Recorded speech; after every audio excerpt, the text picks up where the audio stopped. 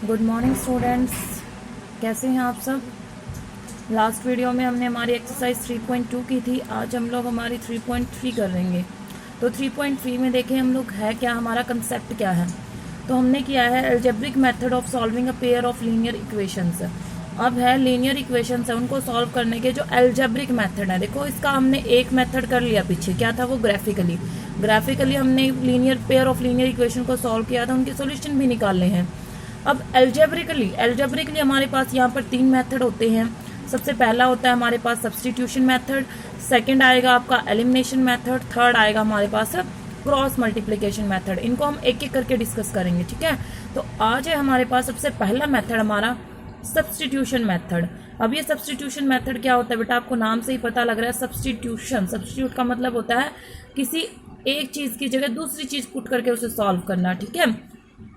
तो ये मैं आपको एग्जांपल से समझाऊंगी कि सब्स्टिट्यूशन मेथड किस तरह से करना होता है। तो ये याद रखें कि अलजेब्रिक मेथड होते हैं किसी भी लीनियर इक्वेशन को सॉल्व करने के। तो हमारे पास तीन मेथड है, उनमें से एक मेथड हमारा क्या है, सब्स्टिट्यूशन मेथड। तो देखते हैं हम सब्स्टिट्यूशन मेथड क्या है और इसको कैसे सॉल्व किया जाता है। तो हमारी एक्सरसाइज 3.3 है, इसके अंदर से ही हम हमारा फर्स्ट क्वेश्चन ले लेते हैं। Solve the following pair of linear equations in two variables by in pair of linear equations by the substitution method. तो देखिए इसमें यहाँ पे हमारा फर्स्ट है x plus y equal to 14, x minus y equal to 4। तो मैंने first वाले से हम सेकंड वाला ले लेते हैं, ठीक है। फर्स्ट वाला थोड़ा ज़्यादा इजी है तो आपको सेकंड वाला करवा देती हूँ मैं। s minus t equal to 3 और s by 3 plus t by 2 equal to 6। तो गिवन इक्वेशंस आर किस तरह से लिखोगे,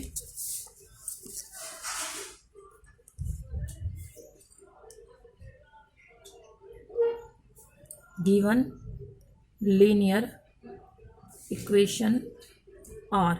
कौन सी है हमारी ये इक्वेशन, लीनियर इक्वेशन जो इन्होंने हमें दे रखी हैं। तो फर्स्ट में आता है हमारा s minus t equal to 3, first equation है। सेकंड है s बाई 3 प्लस में t बाई 2 इक्वल टू 6, ये आपकी सेकंड इक्वेशन है, ठीक है। तो अब आप लोग देख सकते हो तो सिंपल फॉर्म में है s minus t equal to 3। यहाँ नीचे क्या है, 3 2 है। तो आप एक काम कर सकते हो, इस पूरे का क्या कर लोगे, एलसीएम ले लिया, 6 आएगा। 3 2 जा तो 2s ऐसे जाएगा, 2 3 जा तो 3t, 6 1 जा 6 तो 6 6 जा 36। और ये एलसीएम हमारा क्या हो जाता है, ड्रॉप। जब हम किसी भी लीनियर इक्वेशन के दोनों तरफ के जो वेरिएबल और जो कांस्टेंट है सबको एक एलसीएम से सॉल्व कर देते तो वो एलसीएम क्या हो जाता है, हमारा ड्रॉप हो जाता है। तो 6 छूट जाएगा। अब इक्वेशन क्या बन गई आपके पास, 2s plus 3t equal to 36। That is equation हमने क्या रख लिया, इसको थर्ड, ठीक है। अब बात आती है सब्स्टिट्यूशन मेथड की। तो सब्स्टिट्यूशन मेथड कैसे करते हैं, जो भी आपके पास दो इक्वेशन है उनमें से किसी भी एक इक्वेशन को ले लो। ले लिया हमने फर्स्ट इक्वेशन को, यहाँ से एक वेरिएबल को अलग निकाल लो। तो t को उधर मैंने क्या कर दिया, प्लस, क्या लिख दिया इसको, s equal to 3 plus t। अब इस s की वैल्यू को आपको क्या करना है, दूसरी इक्वेशन में पुट करना है। तो दूसरी इक्वेशन हमारी ये है, देखो हमने इसको सॉल्व करके इसको बनाया, यहीं से आई है ये। तो हम क्या करेंगे, put value of s in equation third. जो s की वैल्यू है वो हमने किस में रख दी, थर्ड में। अब वैल्यू रखी है तो यही क्या होता है, सब्स्टिट्यूट करना। तो 2s की जगह क्या रख दोगे, 3 प्लस t प्लस में 3t इक्वल टू 36, ठीक है। 2 3 जा 6 प्लस में 2t प्लस में 3t इक्वल टू 36। 3 2 5 और 6 उधर जाके क्या हो गया, माइनस। तो 5t equal to 30, t equal to 30 by 5, 5 6 जा 30। तो t इक्वल टू कितना आ गया, 6 t आ गया। Now put value of t in equation first में रख दो। t की वैल्यू क्या थी हमारी, s माइनस टी था, तो s माइनस 6 इक्वल टू कितना हो गया, 3।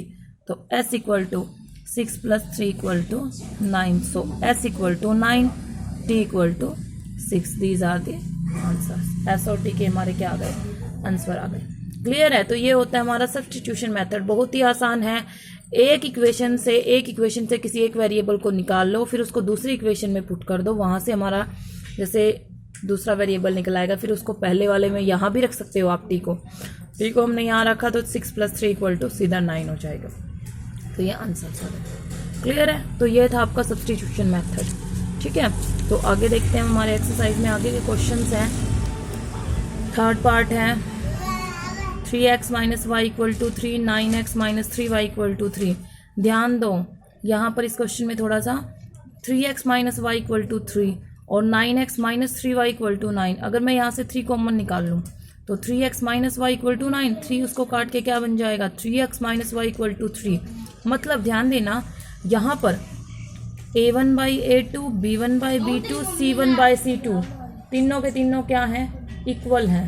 तीनों रेशोज इक्वल होते हैं तो लाइंस क्या होती है हमारी, कॉन्सिडेंट। और कॉन्सिडेंट लाइंस के क्या होते हैं, मैनी सॉल्यूशंस। तो दीज हैव मैनी सॉल्यूशंस। मैं आपको करके दिखाती हूँ इस क्वेश्चन को आपको सॉल्व कैसे करना है। देखिए हमें दिया हुआ है 3x - y = 3। गिवन इक्वेशंस आ रही है, लाइन लिखोगे जरूर पहले। फर्स्ट इक्वेशन, सेकंड क्या दे दी इसने 9x - 3y = 9। सेकंड इक्वेशन में थोड़ा सा और सॉल्व कर रही हूँ।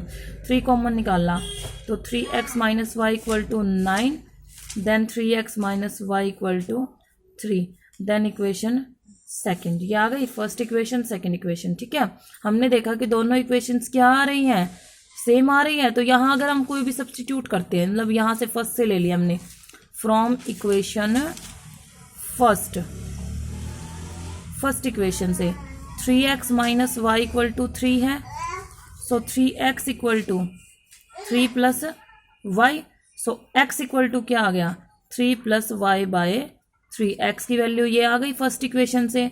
Now put value of x in equation second equation में x की वैल्यू पुट कर दो। अब सेकंड इक्वेशन ये है हमारी, तो 3 + y/3 - y = 3। 3 से 3 गया, 3 + y - y = 3। y से y कट गया, दैट इज 3 = 3 आ गया। मतलब क्या है, एक इक्वेशन का जो वेरिएबल है वो दूसरी इक्वेशन को भी क्या कर रहे हैं, अगर हम पुट कर रहे हैं तो वो दोनों इक्वल आ रहे हैं, एक दूसरे को सेटिस्फाई कर रहे हैं। इट मीन्स क्या लिख दोगे यहाँ पर, it means pair of lines are coincident. कौन सी लाइन है ये, कॉन्सिडेंट, क्योंकि हमें पता लग रहा है a1/a2, b1/b2, c1/c2 तीनों इक्वल हैं, तो ये कौन सी लाइन है, coincident. These have many solution, इनके क्या होंगे, बहुत सारे सॉल्यूशन होंगे। और सॉल्यूशन किसके होंगे, these have many solution of the form, जैसे ये लिखा था हमने, यहाँ पे निकालना था, यहाँ पे 3x = 3 + y, या फिर इसमें एक y को सॉल्व कर दो। इज दैट y = क्या लिख सकते हैं हम, ध्यान देना 3x - y = 3। अगर मैं y को उधर ले जाऊं तो 3x + 3 हो जाएगा, y = 3x + 3। इट मीन्स क्या है, देखो जब आप x की वैल्यू की चेंज करोगे उसके अकॉर्डिंग y के क्या आएंगे, अलग अलग आंसर आएंगे। तो इसके क्या होंगे, मैनी सॉल्यूशन। तो y has many solutions, y के क्या होंगे, बहुत सारे सॉल्यूशन होंगे। जैसे जैसे x की वैल्यू होगी वैसे वैसे y की वैल्यू भी चेंज होती जाएगी। ठीक है, या फिर आप इसको इस फॉर्म में भी लिख सकते हो, कई बार अलग से s या t में भी डाल देते हैं, तो इसी तरह से छोड़ देना आपने इसका आंसर। क्लियर है सबको? नेक्स्ट देखते हैं, फोर्थ है 0.2x 0.3y = 1.3। कोई चक्कर नहीं है, यहाँ पे पॉइंट है तो बाई में 10 ले लेंगे, 2/10, 3/10, 1.3 है तो 13/10। ठीक है, तो तीनों का 10 छूट जाएगा, 2x + 3y = 13 आ जाएगी। ऐसे ही ये आ जाएगी आपकी 4/10, 5/10, 23/10, तो सबके 10 छूट जाएंगे, सेम है। तो 4x + 5y = 23। एक इक्वेशन में से x या y को उधर ले जाना और दूसरे में सब्सटीट्यूट कर देना। ठीक है, नेक्स्ट में देखें √2x + √3y = 0, √3x - √8y = 0। उसमें भी ऐसे ही सॉल्व करना है। अब देखो √2x = क्या बनेगा, उधर जाके माइनस का √3y, ये जाएगा माइनस का √3y जाएगा। ठीक है, तो x आ जाएगा माइनस का √3 में √2y। आ गया। फिर x की वैल्यू सेकंड इक्वेशन में रख दोगे और उसको सॉल्व करके y की वैल्यू निकाल लोगे। ठीक है, सेकेंड क्वेश्चन है हमारा, solve 2x + 3y = 11। 2x + 3y = 11 एक इक्वेशन ये है, एंड सेकेंड इक्वेशन है 2x - 4y = -24। ठीक है, hence find the value of m for which y = mx + 3। यहाँ पे हमें m की वैल्यू निकालनी है, अगर y = क्या है आपका mx + 3। अब m निकालने के लिए आपको पहले किसको सॉल्व करना पड़ेगा, x और y को। तो x y को सॉल्व करने के लिए ध्यान दो, पहले हमें इन दोनों इक्वेशन को सॉल्व करना पड़ेगा तभी x y निकलेगा। तो यहाँ से एक इक्वेशन को सॉल्व करोगे पहले आप, 2x = क्या आएगा 11 माइनस में 3y, और x आएगा 11 - 3y बाय में 2। तो x की वैल्यू आ गई, x की वैल्यू को सेकंड इक्वेशन में क्या कर दोगे, यहाँ पे सब्सटीट्यूट करोगे। यहाँ सब्सटीट्यूट करने के बाद आप किसकी वैल्यू मिल जाएगी आपको, y की। y आ गया, पहले वाली वैल्यू में रख दोगे x आ जाएगा, y और x दोनों आ गए तो वहाँ से आ जाएगा आपका mx, y = mx + 3।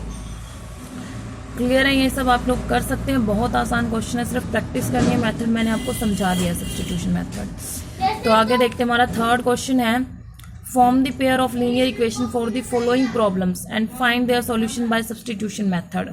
हमें इन लीनियर इक्वेशंस की जो प्रॉब्लम्स दी हुई हैं इनको इक्वेशंस में कन्वर्ट करना है इन प्रॉब्लम्स को, और उनके सॉल्यूशन बताने bye substitution method.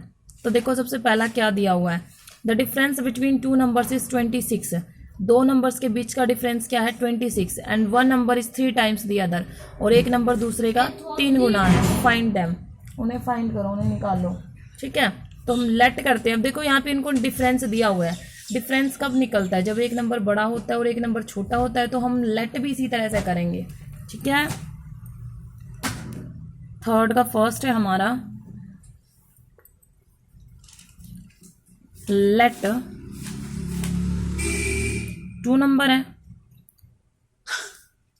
First number क्या ले लिया x, लेट सेकेंड नंबर ले लिया y, and x is greater than y। ये भी जरूर दोगे कि आपने बड़ा नंबर किसको लिया, क्योंकि हमारा आंसर उसी के ऊपर डिपेंड करेगा। हमने क्या ले लिया, x is greater than y, हो गया। Then according to first condition लेते हैं, तो डिफरेंस ऑफ 2 नंबर दे रखा है इन्होंने, डिफरेंस ऑफ 2 नंबर्स क्या दे रखा है इन्होंने 26। तो अकॉर्डिंग टू फर्स्ट कंडीशन क्या जाएगा आपका,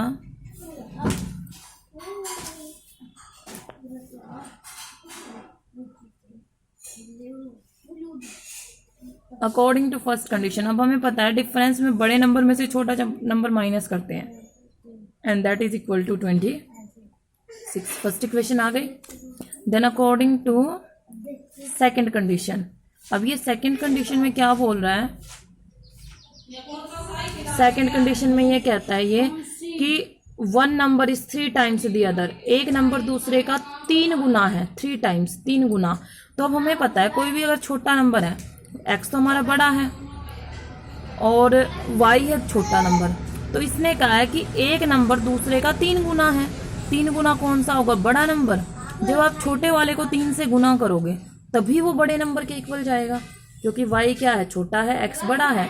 तो आपका x है वो y का 3 गुना है। अगर दोनों को इक्वल बनाना तो y को 3 से गुना कर देंगे, x = 3y।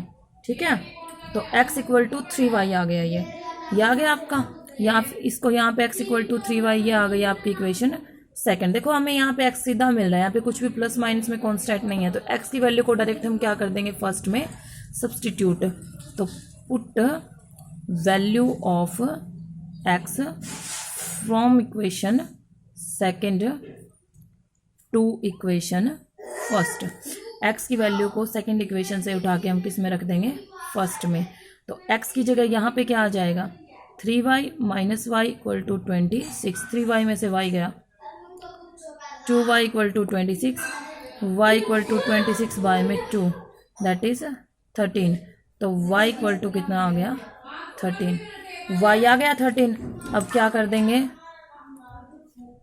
Put value of y in equation second में पुट कर देंगे। तो यहाँ पे x = क्या आएगा आपका, 3 × 13, तो 13 3 39। तो x आ गया हमारा 39, y आ गया 13। तो यहाँ तो मैंने xy लिखा, आपको लिखाना है the first number is 39, the second number is 13। ये आंसर आ जाए। क्लियर है, बहुत आसान चीज़ें हैं। देखिए नेक्स्ट है हमारा the larger of to supplementary angles. अब यहाँ पर बात चल रही है सप्लीमेंट्री एंगल। तो सबसे पहले आपको पता होनी चाहिए सप्लीमेंट्री एंगल्स कौन से होते हैं हमारे।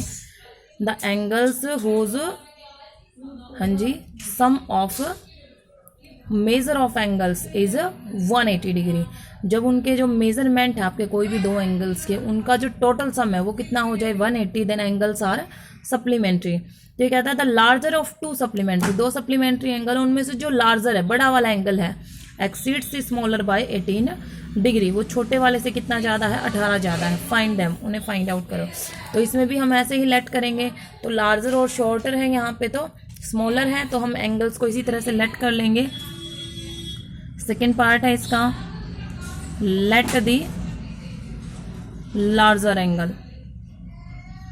लार्जर एंगल क्या ले लिया हमने, x, then the smaller angle क्या जाएगा आपका y। ठीक है, दोनों एंगल्स ले लिए। अब according to first condition, first condition में क्या है बेटा, ये दोनों एंगल क्या है, सप्लीमेंट्री हैं। सप्लीमेंट्री का मतलब होता है x plus y equal to 180 degree. First equation हो गई। Then according to second condition, second condition में क्या कहता है, सेकेंड कंडीशन में ये बोल रहा है कि जो लार्जर एंगल है वो हमारे स्मॉलर एंगल से 18 डिग्री ज़्यादा है। हमें पता है लार्जर ही बड़ा होता है। अब लार्जर कौन सा है, x, स्मॉलर कौन सा है, y, बड़ा कौन सा है, लार्जर कितना बड़ा है, 18 ज़्यादा है। तो अगर हम छोटे वाले में 18 को क्या कर दें, प्लस कर दें, तो दोनों क्या हो जाएंगे, इक्वल। तो x minus y equal to 18, this is equation second. ये आ गई। तो अब किसी भी एक इक्वेशन को सॉल्व करके हमें दूसरे में पुट करना है। ठीक है, तो मैं ले रही हूँ फ्रॉम इक्वेशन फर्स्ट।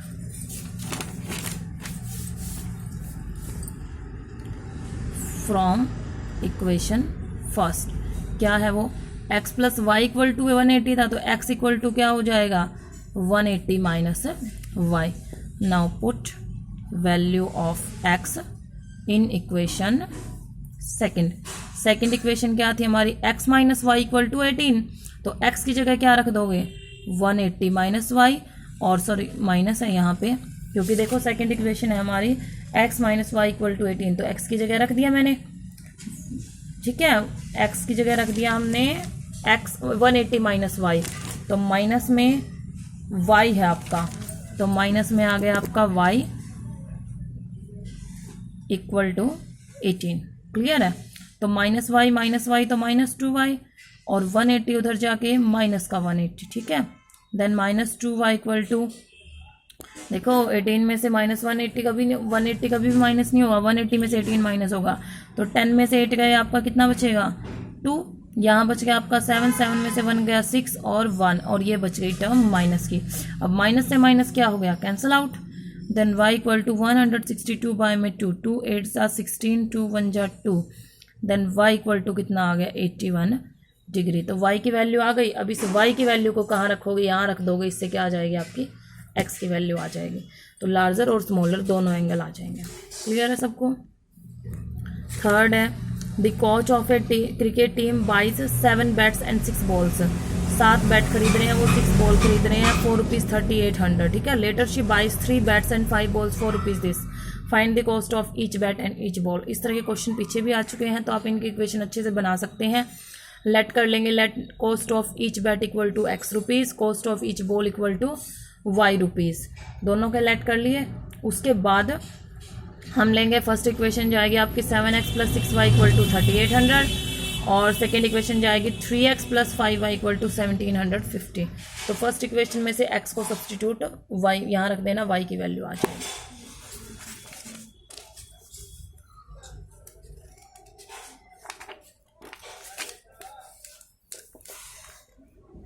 नेक्स्ट है आपका फोर्थ पार्ट है the taxi charges in a city consist of a fixed charge together with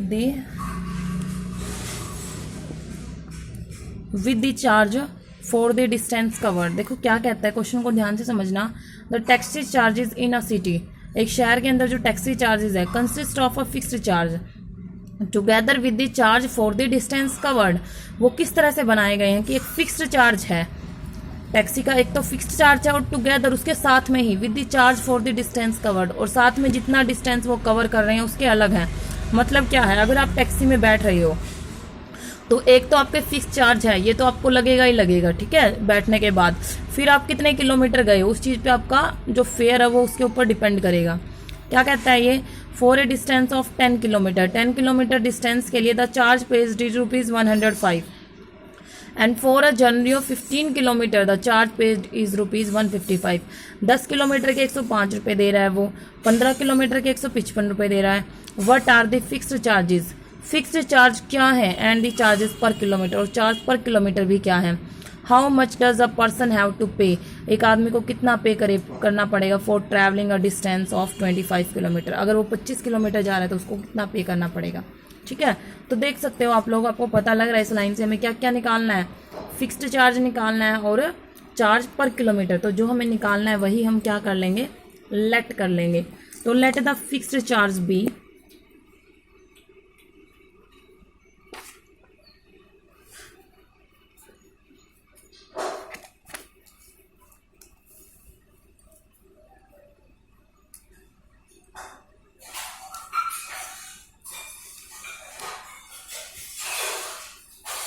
X rupees. Clear है, फिक्स्ड चार्ज हमने ले लिया है X रुपीज। अब लेंगे हम let charge per kilometer equal to क्या ले लिया हमने, ₹Y। ठीक है, अब यहाँ पर है हमारा फेयर फॉर 10 किलोमीटर, 10 किलोमीटर जा रहा है वो, ध्यान दो बेटा 10 किलोमीटर जा रहा है,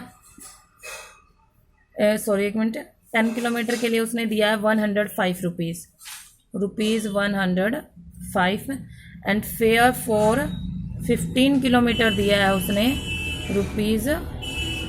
₹155। ठीक है, ये हमने लिख ली है सारी चीज़ें। अब देखो, तो अकॉर्डिंग टू फर्स्ट कंडीशन,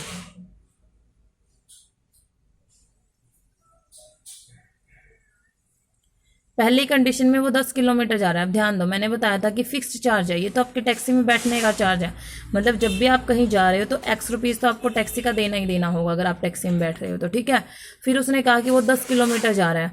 अब 10 किलोमीटर का टोटल बताया इसने, तो 1 किलोमीटर का चार्ज कितना है, Y रुपीज़, तो 10 किलोमीटर का कितना होगा, 10Y, और इनका टोटल मतलब फिक्स्ड भी और जो पर किलोमीटर हो भी, दोनों का टोटल उसने कितना पे किया है, 105। तो ये हो गई आपकी equation first. Then according to second condition, second condition में क्या कहता है, ये 15 किलोमीटर जा रहा है तो फिक्स चार्ज तो उसके भी लगेगा, और 1 किलोमीटर का Y है तो 15 का 15Y, और दोनों का टोटल कितना पे कर रहा है वो 155। ये आ गई आपकी इक्वेशन सेकंड। तो आई होप इससे आगे आप लोग सॉल्व कर सकते हो, आपको दोनों इक्वेशंस मिल गई हैं। यहाँ से x निकाल लेंगे, 10y को उधर माइनस कर देंगे। ठीक है, फिर उस x की जगह क्या कर देंगे, इक्वेशन सेकंड में इसको सब्स्टिट्यूट कर देंगे और y निकाल लेंगे, फिर x निकाल लेंगे। क्लियर है। नेक्स्ट आ रहा है हमारा फिफ्थ है इसका, ए फ्रैक्शन बिकम्स 9/11। एक फ्रैक्शन में वो 9/11 बन जाती है if 2 is added to both numerator and the denominator. अगर हम न्यूमरेटर और डिनोमिनेटर दोनों में क्या कर दें, 2 ऐड कर दें। If 3 is added to both the numerator and denominator it becomes 5/6। Find the fraction, fraction बतानी है। तो हम फ्रैक्शन कैसे बनती है, फ्रैक्शन के लिए हम लोग क्या लेट करते हैं, लेट द न्यूमरेटर क्या बनेगा आपका x and let the denominator क्या बन जाएगा y। ठीक है, तो फ्रैक्शन क्या बन गई आपकी, फ्रैक्शन बन गई हमारी x/y।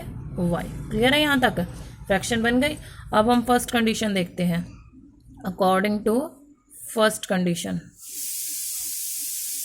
पहली कंडीशन में क्या कहता है ये, if 2 is added to both numerator and denominator it becomes 9/11।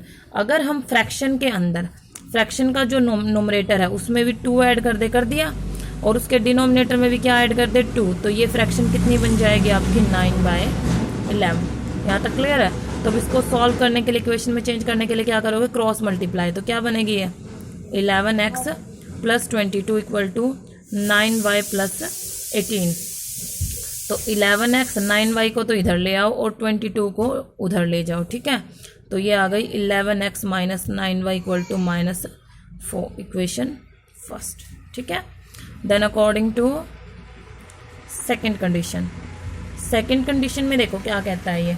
Second condition में कहता है if 3 is added to both the numerator and the denominator, अगर न्यूमरेटर और डिनोमिनेटर दोनों में ही हम 3 ऐड कर देते हैं, इट बिकम्स 5/6। ये कितनी हो जाएगी 5/6, दोनों में ही 3 ऐड करना है हमें। तो हम क्या करेंगे x प्लस 3 बाय में y प्लस 3, इट बिकम्स 5/6। तो दैट इज इक्वल टू क्या आ गया 5/6। फिर वही क्रॉस मल्टीप्लाई करेंगे तो 6x प्लस में 6 3 18, 5y प्लस में 15। तो 6x minus 5y equal to 15 minus 18। देन 6x minus 5y equal to कितना आ गया -3, ये इक्वेशन सेकंड। तो ये फर्स्ट है, ये सेकंड है, दोनों इक्वेशन हमारे पास आ गई हैं। तो इसमें से एक में से x की वैल्यू निकाल के हम दूसरी इक्वेशन में सब्सटीट्यूट करेंगे और उसको सॉल्व करेंगे। सॉल्व आपको खुद करना है, क्लियर है। लास्ट है हमारा इसका 5 years hence the age of Jacob will be 3 times that of his son। ये कहता है 5 years hence मतलब 5 साल बाद the age of Jacob, Jacob की एज है, विल बी आ रहा है मतलब फ्यूचर टेंस की बात कर रहा है। तो 5 साल जो आने वाले 5 साल हैं उसके बाद कह रहा है ये will be 3 times that of his सन, उसके बेटे की कितनी हो जाएगी, उसकी उम्र 3 गुना हो जाएगी। 5 years ago 5 साल पहले, जैकॉब्स एज वाज मतलब पीछे की पास्ट टेंस की बात चली गई कि जैकॉब की जो उम्र है वो कितनी थी 7 times दैट ऑफ हिज सन, उसके बेटे की 7 गुना थी। What is there present ages, उनकी प्रेजेंट एजेस बतानी है हमें। तो लेट कर लेते हैं हम, लेट किया है हमने यहाँ पर, लेट जैकॉब्स प्रेजेंट एज क्या ले ली x years, ठीक है। Let Jacob's son's present age क्या ले ली y years, ठीक है। तो from years ago, from years hence, उसकी आप लाइन लिखोगे, ठीक है। From years after 5 years Jacob's age will be x plus 5 और after 5 years Jacob's son age will be y plus 5, ये लाइन लिखोगे। देन उसके बाद अकॉर्डिंग टू, मैं यहाँ पे फर्स्ट मैं सीधा कंडीशंस बता रही हूँ आपको, ठीक है, क्योंकि हमारी वीडियो काफ़ी लेंथी हो गई है तो मैं इसको थोड़ा जल्दी जल्दी करवा रही हूँ। तो अकॉर्डिंग टू फर्स्ट कंडीशन में क्या कहता है, ये कहता है कि 5 years हेंस 5 साल बाद the age of Jacob will be 3 times that of his son. तो 5 साल बाद की, 5 साल बाद देखो जैकॉब की उम्र क्या होगी x प्लस 5 और सन की y प्लस 5। जो जैकॉब है उसकी उसके सन की 3 times हो जाएगी। जैकॉब हमें पता है फादर है और ये सन है तो इसकी ऑब्वियसली ज़्यादा है उम्र, तो 5 साल बाद भी इसकी ज़्यादा होगी, तो वो इसकी कितनी हो जाएगी 3 गुना। तो 3 गुना हो जाएगी। तो दोनों को इक्वल करने के लिए हम क्या करते हैं, जो कम होता है बेटा हमेशा उसको मल्टीप्लाई किया जाता है, ठीक है, क्योंकि कम मटेरियल है, जब उसको बढ़ाएंगे तभी वो ज़्यादा वाले के इक्वल जाता है। तो दोनों को इक्वल बनाने के लिए दिमाग में रखो जो छोटा होता है, ठीक है, तो उसी को हम मल्टीप्लाई करते हैं। तो ये बन जाएगा आपका x plus 5 equal to 3y plus 15, 3 से मल्टीप्लाई कर दिया तो x माइनस में 3y, 5 उधर जाके माइनस होगा, 15 में से 5 गए 10, ये आ गई आपकी फर्स्ट इक्वेशन। क्लियर है। यहाँ से जब आप सॉल्व करोगे तो x इक्वल टू आ जाएगा आपका 10 प्लस 3y, जिसको हम सेकंड इक्वेशन में सब्स्टिट्यूट कर देंगे। तो सेकंड में भी लाइन्स आप लिखोगे अच्छे से, जैकॉब्स एज बिफोर 7 years। तो अब जब बिफोर की बात आती है तो बिफोर में हमेशा एज क्या होगी माइनस, जैसे कि आप हैं, आपकी जब जो एज अब है और 7 साल पहले, 7 साल पहले आप अब की उम्र से प्रेजेंट एज से क्या होते हैं, कम होते हैं ना, तो उसमें से क्या करना होता है, हमें माइनस करना होता है। तो अकॉर्डिंग टू सेकेंड कंडीशन इसने क्या कहा है, Jacob age was 7 times that of his son. तो जैकॉब की कितनी होगी 5 years है ना, ये भी हाँ जी 5 है, तो x माइनस 5 इक्वल टू, और सन की कितनी होगी y माइनस, सन भी 5 साल छोटा होगा 5 साल पहले। तो ये तो जैकॉब की अपने बेटे की कितनी थी 5 साल पहले, 7 गुना, 7 times है। तो किसको मल्टीप्लाई करोगे 7 को, बेटे से, क्योंकि बेटा छोटा है। तो x minus 5 equal to 7y minus में 7 5 जा 35, देन x माइनस में 7y माइनस 5 उधर जाके प्लस हो जाएंगे तो that is equal to -30 equation second. पीछे हमने एक्स की वैल्यू निकाल रखी है, तो पुट कर दोगे put value of x in equation second, और वहाँ से वाई निकाल लोगे, फिर वहाँ पुट करके वाई को एक्स निकाल लो। क्लियर है? तो ये थी आपकी एक्सरसाइज 3.3 जो आज हमने कंप्लीट कर लिया है। तो आपको पूरी की पूरी एक्सरसाइज ट्राई करनी है। Thank you.